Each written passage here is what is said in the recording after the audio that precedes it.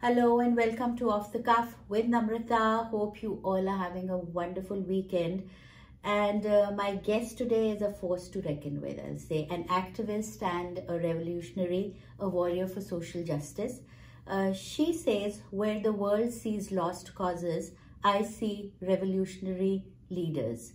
तो मैं तो यही कहूँगी, जो बेआवाज की आवाज बने और गिरते हुओं की ढाल बने, उसे क्रांतिकारी कहते हैं.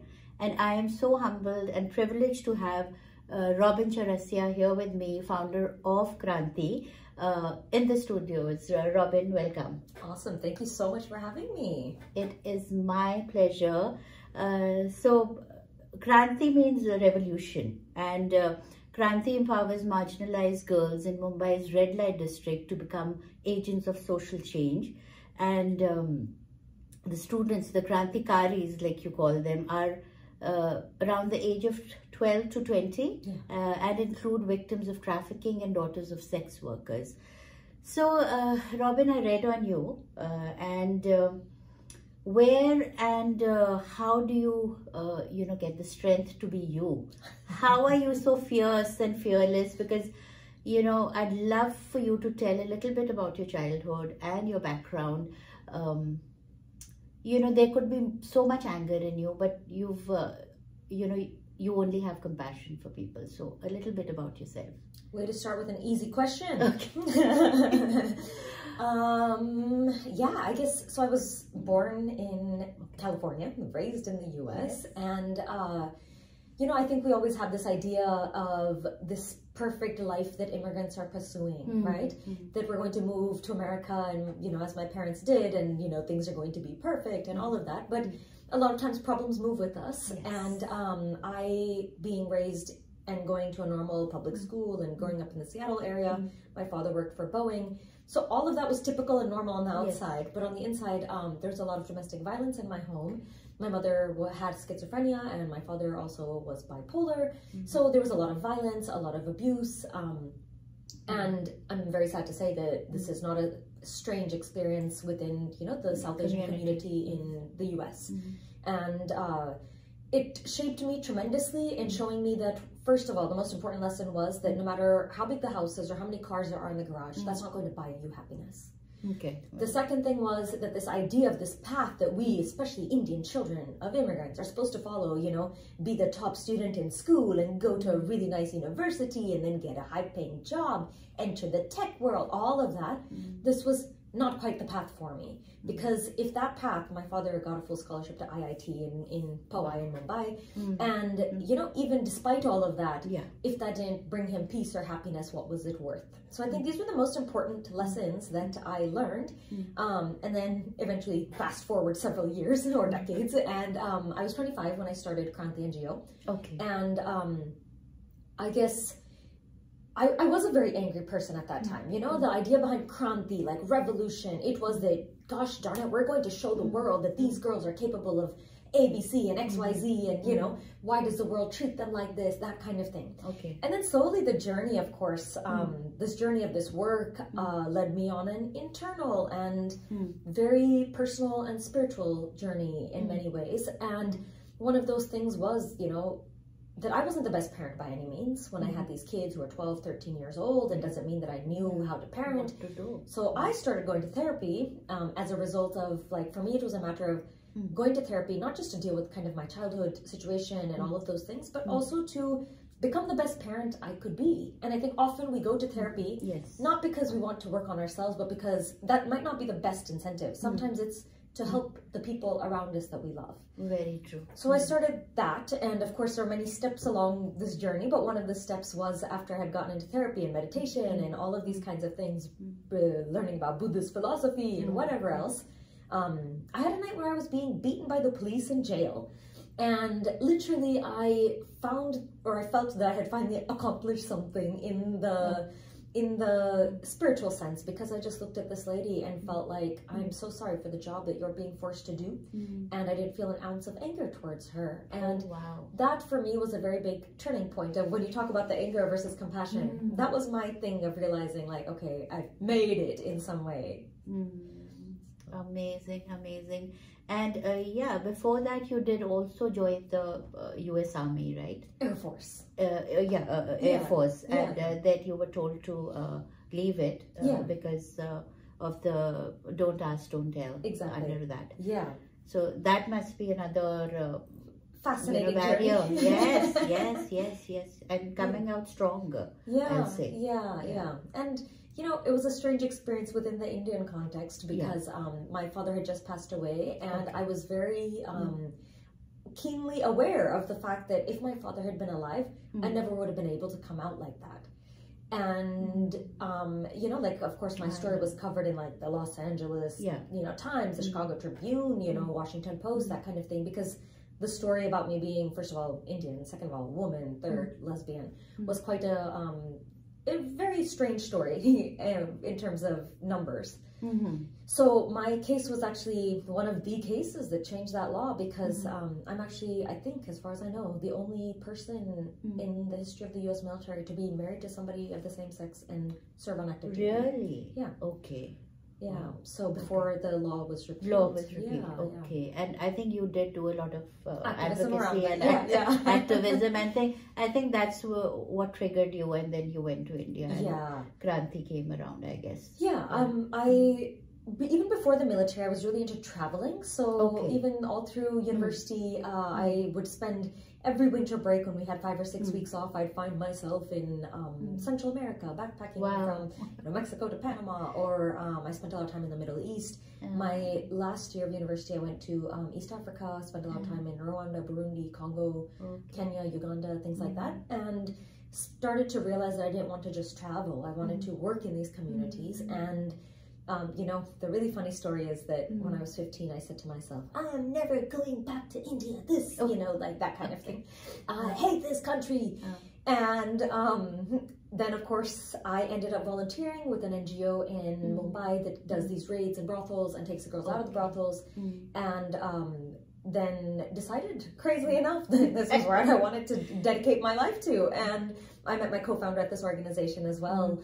So lo and behold, it's been 13 years in India. So to all the young people listening, don't ever say never. Never say never. You can end up right there. But what an incredible story, and the amazing work that you're doing. So tell us more about Kranti, the challenges and the, I guess, gratification that you're getting out of it. So of course, as you mentioned, all of the girls are survivors of trafficking or daughters of sex workers. And, even in the schools where they grow up, in BMC schools and things like that, the phrase, if I'm allowed to say this, is, they say, "Randi ki beti to randi banegi." And this is how the girls grow up. They're taught that, they're eventually going to enter sex work. That's the only thing they're capable of. Why invest in them? And I think this experience at the other NGO, first of all, broke my heart on many levels, but it was lovely that I had this American perspective, because so many people look at these girls like, oh, she's 16, 17, 18, zindagi barbaad ho gayi type of thing, and best thing that can happen is that she can get married now. And yet some of the girls I spent time with in that home, first of all, they're so brilliant. If they had gotten the chance to go to school, they're so eager to learn. And I kind of felt like, who cares if you're 18 and illiterate? It's okay to start now. And so when I started Kranti, we started taking girls, teenagers, because nobody really wants to deal with teenage girls. It's kind of a challenging time, especially with once they get into addiction and alcohol and self-harm and cutting themselves and suicide attempts and stealing and all of those things. So we work specifically with teenagers because that's kind of the group that nobody really wants to deal with. And I mean, what can I say aside from the fact that I couldn't be more proud and I couldn't be more inspired by the girls. So we've been working for 12 years now. And we've had about 25, 26 girls come through the program, aside from 3 or 4 girls who have severe mental health issues. So many of them who are just kind of getting by in the sense that, okay, working at a call center, earning their own living. Other than that, every single girl to come through Kranti has gone on to university, and we have several in master's programs. Wow. And I'm talking, we have 7 girls studying in the US. Right now there's 1 in Rome, 1 in Paris, 1 in Denmark. We have 3 girls who are doing master's degrees this year. 1 is studying at the UN University in Costa Rica, doing a master's in gender and peace building. So lovely. And the fact that all of the girls also are pursuing careers that are about service and about giving back to the world rather than, you know, thinking about how do I buy my BMW, you know, things like that. Yeah. So it's quite a rewarding situation in that sense.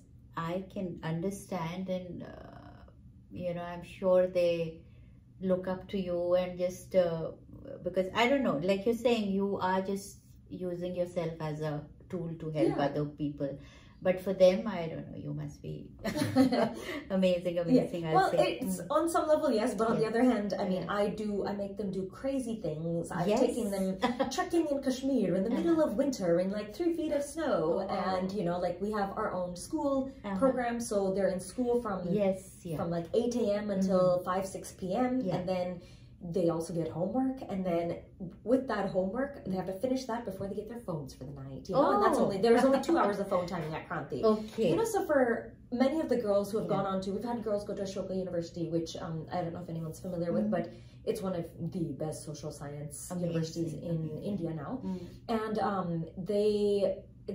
the girls are able to be prepared, whether they're going on to university, whether they're going on to a job, whatever it is that they need to move on to in life. Kranti School has been able to prepare them for that. So they complain about me, don't they? It's not just lovey-dovey. It's not easy to rise up and, you know, be successful women, and especially, you know, with them, you know, coming from homes like that, overcoming the stigma that society puts on them, I'll say. But the good part I heard about Kranti was that the programs also include social justice and therapy and traveling and workshops. I think I wish every school had a you know, program on social justice, which is so important in today's world, because you know, there's so many marginalized people. So you know, I think that is wonderful. Any story you know, you'd like to share that comes to your mind regarding about survivors around social justice? So regarding social justice, and especially about the curriculum in school and things like that, I just want to say that it's so necessary, because especially when you look at kind of what's going on in the US with, you know, diversity, inclusion, equality, all of these movements, there's a lot of pushback, I think, from people who aren't really ready to look at these things. So one of the activities that we do, or that the girls run, it's like a small workshop that the girls run, is whenever we have people visiting. So like sometimes we have students from the US who are traveling and, you know, coming to visit us, or maybe people from companies. And we do a small activity where basically everyone's given a role, a small role. So like maybe you're a 22-year-old sex worker with a daughter. Maybe you're a 30-year-old illegal immigrant who's trying to feed their family of 4. Maybe you're a transgender beggar who is in jail, you know. And then so within that role, and then there's also like, oh, you're a 45-year-old lawyer with a really wealthy, you know, family, things like that. So everyone is given a small role, and then we ask questions, and you step forward if the answer is yes, and you step back if the answer is no. So these might be questions like, are you free from violence for the next 2 weeks? Can you eat the meal of your choice tomorrow? So for somebody in jail, obviously you can't. Will your voice be heard, or your opinion matter if you want to share with the local community or newspaper? And, you know, so those are things that finally people realize what privilege actually means. We call it the privilege walk, actually. And it's been really transformative when we're working with people who have a hard time recognizing where these girls are coming from. So a lot of times people kind of, you know, look at the fancy things they're doing.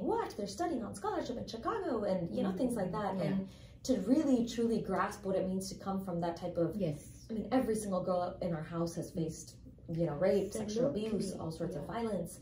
And what that does to your psyche, I think, and what the psychological impact is for, you know, it might be, we put the girls in therapy, but it might be a year or 2 before they heal from things. It might be 2 decades. It might be a lifetime. Lifetime to take, is a long, I know. So one story that I'd love to share is about a woman who actually works with us full time, and she was trafficked at the age of 9, and her virginity was sold when she was 11 years old and bought by a police officer.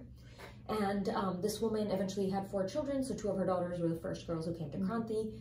And I think it's really easy sometimes to get caught up in the belief that you're the social worker doing, helping other people and stuff. But then sometimes a moment comes in this work that makes you realize you're actually the student and you're the person who's doing the learning. And this woman really just taught me something that blew my mind in a way that I will never forget it.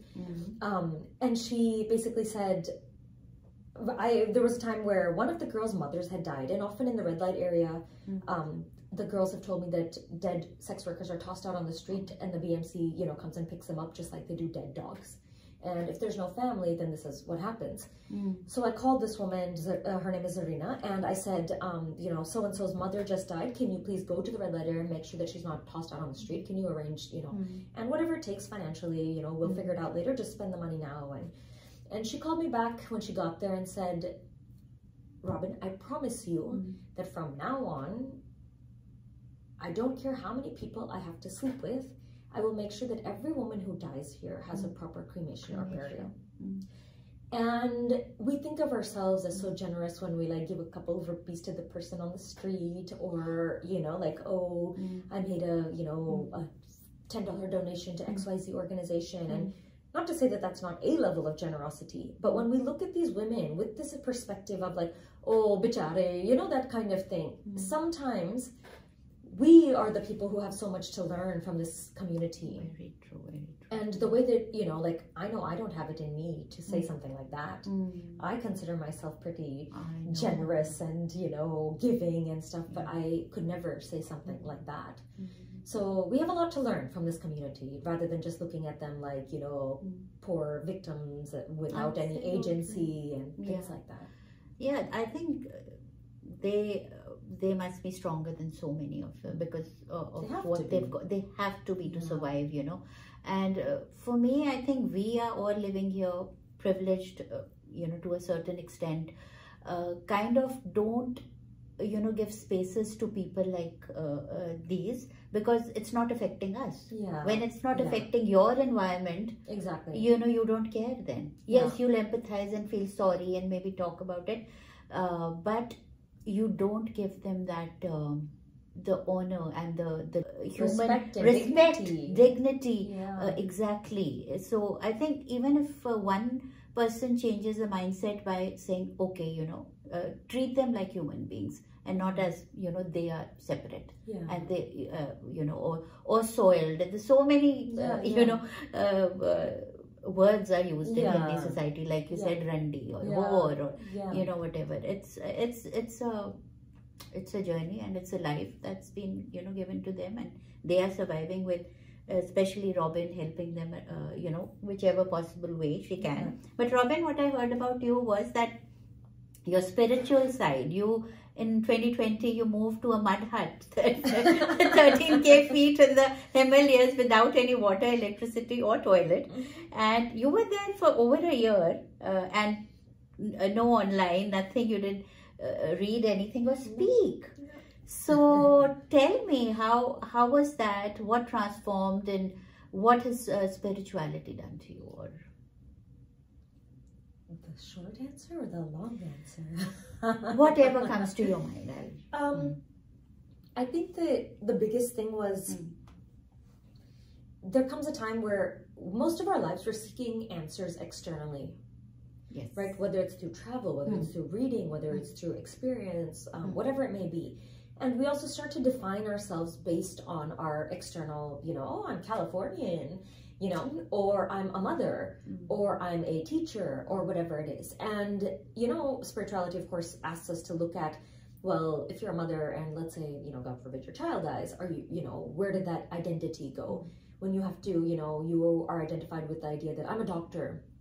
And let's say you stop being able to practice, or you know, what are you now? Or I'm a Californian, and then you have to get up, you decide to move to India, or, you know, whatever it is. These kinds of things. So when all of that is stripped away, and the daily interactions, I'm a teacher, and I have 20 students. And once those students are gone, am I still a teacher? You know, so those kinds of things, when everything is stripped away, it really forces you to get down to looking at what you truly are. And that is, of course, the quest of all, you know, of all spiritual perspectives or paths. Wow. So yeah, you need to be, you know, be aware of the identity, basically your inner self, because it's difficult to look at you without your Exactly. persona. You know, Exactly. right now you're Robert Chaurasiya, founder of Kranti. Exactly. What are you without Exactly. that? Exactly. You know? And that's So what that is all Hindu, Buddhist, Jain, all of these kind of teachings are really asking us to find the answer to this question. Yeah, a wonderful answer. And you are here with us in US. So what brings you to the US? And the main question, how can people join in? How can they help Kranti and you grow and do what you're doing? So we're in a really big transition phase right now, and that is because, no matter how many amazing success stories I have, there's also a very dark side to the success stories, which is that, when we go to rent a place, we always kind of lie to the landlord saying like, anad bachche ke saath kaam karte hain, because the idea being like, if we talk about sex work or things like that, nobody's going to rent to us. So for the last 12 years that we've been working, we've been in 9 different apartments, and basically every time we rent, we lie about it, and then sooner or later somebody finds out, because let's say, for example, the first one was one of our first girls became the first girl from an Indian red light area to study abroad. She got a scholarship to Bard College in New York, and that's reason to be joyous and proud, right? Yes. And of course, the next day we got an eviction notice from the landlord and from the society and the building and everything. And this has gone on basically for the past 12 years, and this is we've been evicted from 8 shelter homes at this point. The last eviction was just last year. So I went to the mountains. I came back, and 2 weeks later, this eviction happened. So it was kind of, call it a sign from God, or call it, the universe kicking us in the butt, or whatever it was. But it was time to stop and reassess things. Okay. So one of the things was, of course, that we don't want to continue, they say the definition of stupidity is, doing the same thing over and over and expecting different results. So if we rent one more flat in Mumbai, there's going to be another eviction. Call it a year, call it 2 years, whatever it may be. So we decided this is the time to buy. And of course we can't afford anything in Mumbai. So it's time to look elsewhere. And we ended up in Dharamshala area, and which I guess you are very familiar with. My state, and Himachal. Yeah. So we ended up finding a building that used to be a hotel before COVID and was only half constructed after COVID and never went back into business. So we were kind of, it was so perfect for us because there's bedrooms, enough for the girls to live, but then we're in the process of building a classroom and that kind of thing. Now, we decided to purchase this place. Of course, didn't have any money for it. We decided we needed to make a $180,000 down payment. So that's about 1.5 crore rupees. And we managed to raise that within India and get into the house. Now, unfortunately, by June, the rest of the amount is due. So I'm trying to raise about $500,000 on this month-long fundraising trip that I'm on in the US. And that will cover the rest of the house payment as well as all the renovation for, there was no kitchen there. We're putting in a kitchen. There's no dormitory for the girls. We're putting in dormitory. We're trying to create a rooftop that's going to have, waste management and solar panels and space for a therapy room and things like that. So it's a long-term project, but I just want to emphasize the fact that this, regardless of how much this money sounds like, I know in this area in California, it's nothing, but this is a home for 50 to 60 girls and women for decades to come. Wow. So sometimes, we take in girls who are 9, 10 years old, our youngest girls, and they're all in university at this point. So, and sometimes we take in girls who are 17, 18, just finished 12. Nobody knows what to do with them. If they have family, the family's like, go get them married. Many of our girls don't have any family at all. Many women, if their mothers were sex workers, often die before 30. 40 is the maximum they kind of make it to. So we have a lot of girls who don't have any family aside from the staff at Kranti and things like that. So this is not just a home for the future generation of Krantikaries. It's also, I'll give you an example. We have one girl who's studying in Rhode Island, and she's studying theater. She's 19. And last weekend, she just became the first girl from a red light area in India to perform on Broadway. Oh. Yeah. So congratulations. Thank you. The girls are achieving such incredible things, and this girl has absolutely no family on this planet. Her mother died when she was 34 years old. So in that sense, this is also her long-term future home. Just as any child would go back home during college breaks, or maybe even, for Christmas, whatever it may be, this is her home. So we are now, I think the biggest difference here is that in the past 12 years, we've always lived in small flats in Mumbai, 1,000 to 1,200 square feet. And during COVID, we were in a 1,200 square foot flat with 20 to 25 girls and women living there. 2 bathrooms. You can imagine the mess that Yeah. fighting that created. There's regular fighting about everything. You wore my jeans and you didn't wash them. Things like that. But this was really, really difficult and really drastic. And especially because we were doing a lot of kind of social work around the idea of, just we're preparing meals, like 300 to 400 meals a day to take out to sex workers, providing ration for them, that kind of thing. Yeah. So this big change is that this house is now 12,000 square feet. And I have, over the course of 12 years, I've probably said no to taking in 20 to 30 girls when people have called us asking, can you take in this girl? Can you take in this girl? And it's because there's no space. Yeah, exactly, no physical space. Yeah. And the really, really sad part for me is, when you see like, okay, this girl that we didn't take in, and 2 years later she's doing sex work, or she's been sold into XYZ, whatever it is. So this is going to create a situation where we don't have to say no to anyone, which is going to be... So now the really difficult news is that next month in April, we're taking in 14 new girls. And they're coming from our partner organizations in Bangalore, Delhi, Kolkata, Sangli, Pune, and Ahmednagar in Maharashtra as well. So we have about 14 girls that we're taking in ages 12 to 18. Okay. And we're completely starting over with this new batch of girls, so it's going to be quite a experience, and a very different experience for them than the girls who were mushed together in this like lay out your mattress at night, pick it up in the morning. This is where classes, this is where we eat. It's all just one room, so it's going to be absolutely that's wonderful. And I think for girls like these, you are giving a second chance to them. So it doesn't matter where they live, to them, but you are providing them the best of opportunities. And I know Himachal and I know Dharamshala. It's such a wonderful place to be. Open spaces, fresh air, and trees, and greenery. So like you're saying, it's going to be spiritually healing, and that is true. And I hope you, listeners, you can help Kranti.org by donating. Can we add a link? Definitely, that I'll do. Okay. So I'll put the link in the post when I air this interview. And I know there's a lot to be done as far as advocacy is concerned for sex workers.